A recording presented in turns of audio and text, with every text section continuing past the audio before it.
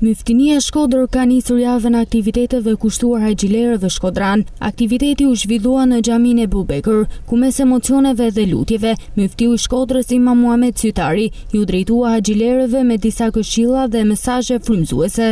Bani gati që me telbijen e zemrës t'i përgjigjeni Allah subhanahu wa taala, edhe të shkoni drejt Ka'bes së mallnueshme, edhe tek pejgamberi alayhi salatu wasalam si delegatët e përzgjedhur të Allahut Azza wa Jall për këtë vit nga qyteti i Shkodrës, e së bashku me ju dhe krejt haxhilerët e Shqipnisë, të trojeve shqiptare e të marrë ummetit të Hazreti pejgamberit ton alayhi salatu wasalam.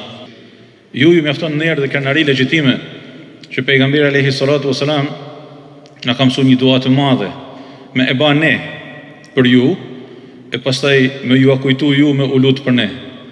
Allahumma ighfir lil hajj wa liman istaghfara lahu al hajj. Allahumma fal hajiun. Dhe këdo për të cilin ai kërkon falje.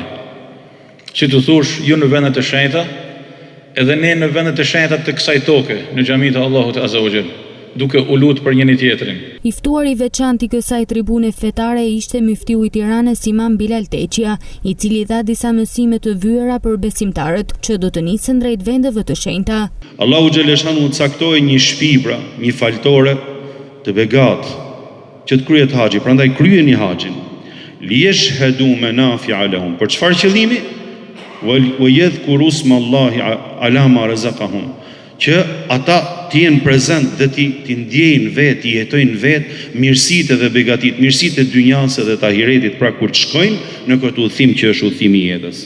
Vallahi kam pa njerëz të cilët i kishin paguajt lekët, të cilët i kishin marrë vizat e haxhit, cilët i kishin bërë gjithë sebepet, për Zotin që është një dhe një i vetëm, nuk kanë shku, nuk kanë mund me hyp në avion.